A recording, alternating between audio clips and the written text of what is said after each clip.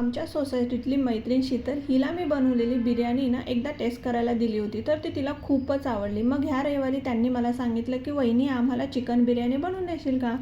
मग मी काय, असंही मला जेवण बनवायला खूपच आवडतं. मी लगेच हो म्हटले आणि तयारीला लागली. बिर्याणी दिसायला जेवढी सुंदर दिसते ना, तेवढंच त्याचं चिकन आहे ना ते एकदम ज्युसी झालं होतं. अगदी वरून मीठसुद्धा टाकावं लागलं नाही आणि घशामध्ये जळजळही झाली नाही, अशी पोचपावती मला त्यांच्या घरातील सदस्यांकडून मिळाली. ह्या बिर्याणीमध्ये मी फक्त मसाले नाही टाकले होते, तर प्रेम टाकलं होतं आणि प्रेमाचं मोल हे पैशात होत नाही, म्हणूनच त्यांनी मला माझ्या पसंतीची साडी गिफ्ट दिली. पैसे आपण भरपूर कमवतो हो, पण मेल्यावर ते सोबत घेऊन जाता येत नाही. तर अशी प्रेमाची, जिव्हाळ्याची माणसं कमवायला शिकली पाहिजे. माणसांमध्ये मिसळून, प्रेम वाटून माणूस ना मोठा होतो. ज्याने अशी प्रेमळ माणसं कमवलीत ना, त्याने खरंच आपल्या आयुष्यात चांगल्या पद्धतीने जगलं आहे. नातं टिकवणं हीच खरी कला आहे आणि तुम्ही देखील नात्याची बिर्याणी अशीच खमंग बनवत राहा.